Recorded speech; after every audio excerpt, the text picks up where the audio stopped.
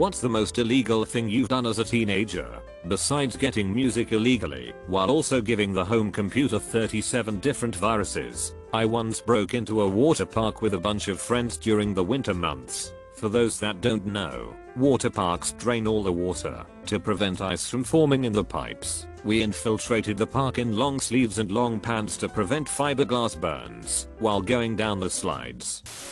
I don't remember how young I was, but I was at my cousin's house and there was this fenced-in yard with big, angry-looking huskers/malamutes that all the kids knew not to go near. I was a late bloomer, so my cousin's friends must have dared me to go over there or something, but I can't remember why I did. I found out that the dogs were in horrible condition.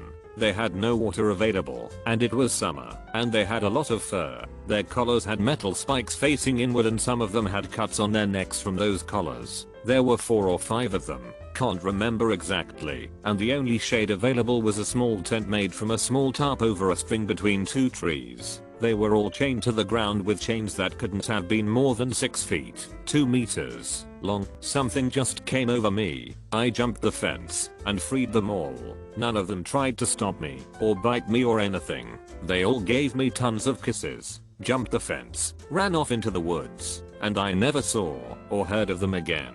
Until like 20 years later, when I was retelling the story and my aunt goes, "That was you." That was a big deal. There were cops everywhere looking for a dog thief. Those dogs were being severely mistreated. I stand by my decision.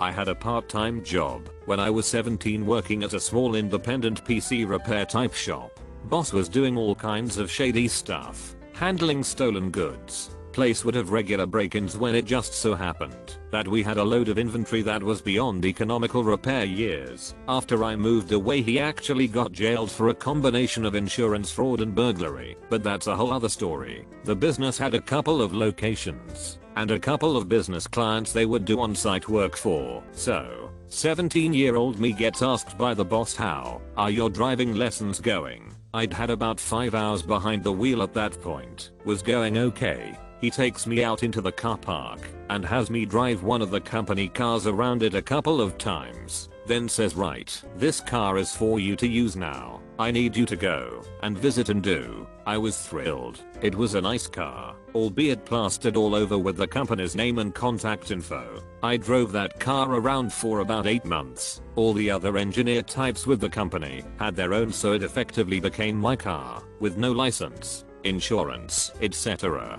Looking back, like, that was dumb. Lucky nobody got hurt, or that I didn't run afoul of the law. Definitely not proud of being such an idiot at the time. I had a friend who decided to make a potato cannon. It was great fun.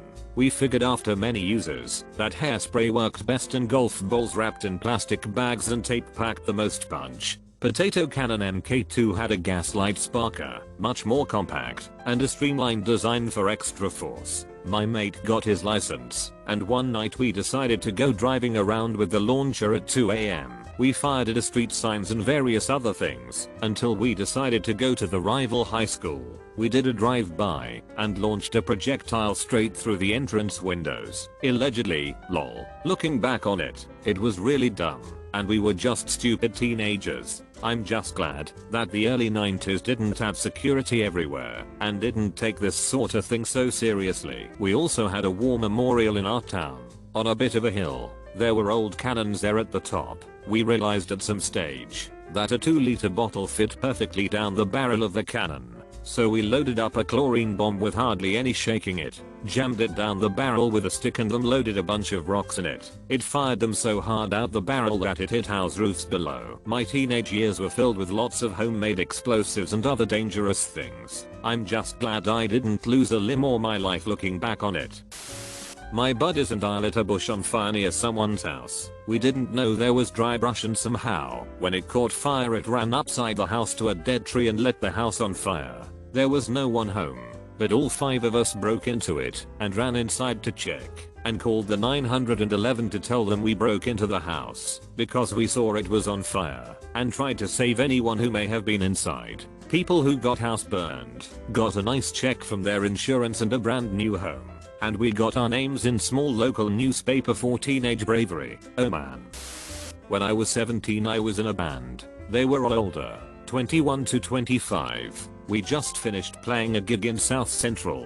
One of my friends was a security guard. He had a badge that he wore while working along with his cuffs, bat and ECT. He asked me to come help him with something, and we walk up to these two guys who were selling weed down the street. He runs up, grabs a guy, cuffs him and tells him, "Give me all of what you got and I'll consider not taking you to jail tonight." The guy complied and gave him around $200 to $300 worth of weed. We leave and go back to the gig that was in someone's backyard and smoked all the weed. I assaulted someone and caused great bodily harm, putting them in the hospital and causing one of their eyes to go partially blind. I'm not going to go into detail for obvious reasons, but one of my best friends was murdered.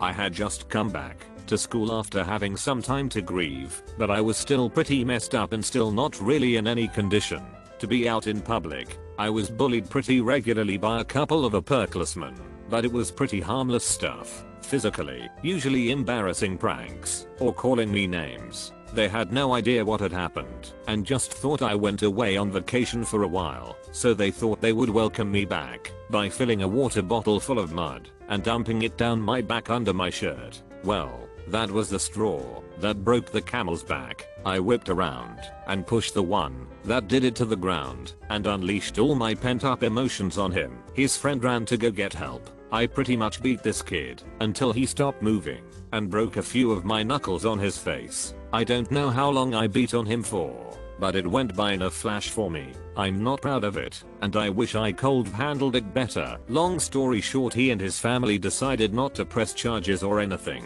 After I went to visit him in the hospital, apologized, and explained what I was going through. On the bright side, he never bullied anyone again as far as I know, and I never got bullied again at that school. One time, I drove past a couple of cops at 95 miles per hour and decided to flee instead of pulling over. Those were the days before dash cams, and I managed to get away. Another time I built and set off a pipe bomb in my backyard. We had a really big backyard and nobody was home, so I got away with that too. Don't do that, by the way. Several pieces of metal ended up buried in trees, and if one of those had hit me, I'd be dead. My brother and I also made and played with napalm and black powder, but that's not actually illegal. It's a wonder anybody from my generation survived to adulthood. I never did it, but around New Year's my parents were totally fine with letting my older brother, around 18 at the time, drink from the selection of alcohol on display on our bar dresser storage thing. They let him go hard, but made sure he didn't poison himself. They were fine with me and my brother's underage drinking on certain special occasions after a certain point, since they could watch us and make sure we didn't kill ourselves. Other than that, piracy and always putting in a fake birth date / age for a website asking for it. This was circa 2001. So I'm pretty sure the statute of limitations has long run out. Also, the restaurant in question is long closed. Me and my boy found out that the Mexican restaurant down the road from us left their gate in the back unlocked. Inside that gate was another little gated / fenced area, and it was locked, but the chain around it was so loose we could pull the gate open and slide our bodies through. That in a gated area was what many restaurants call the beer cage. It's where they kept all their beer that wasn't being refrigerated under the bar. He and I used to sneak out around 2 to 3 AM and swipe a 12 pack or 2 of something from in there, take it back to his house and proceed to get hammered for free. Plus we were underage, so we didn't have to worry about getting carded. We really had a good thing going for a couple of months. They kept leaving that gate unlocked, and we were stealing maybe to 12 packs per month out to that place. Not really enough to be noticed, apparently, because they never did anything to stop us. My friend and I stupidly let it slip to some other friends what we had been doing. A week-ish later, me, my friend, and like 4 other dudes were backing a tuck up to this restaurant at 3 in the morning and just swiping every bit of beer they had. We must have taken like 20, 12 packs, 15, 6 packs. Like we literally stole all the beer they had. It was stupid and also greedy. IDK what we were thinking. That was in the newspaper. There was a reward for anyone who had any information leading to an arrest. Somehow between the 6 of us, word never got out. We ended up drinking all the evidence in fairly rapid fashion. All I can do is be thankful this was before the days of literally every corner of every building having some kind of camera mounted. You could never get away with something like that today.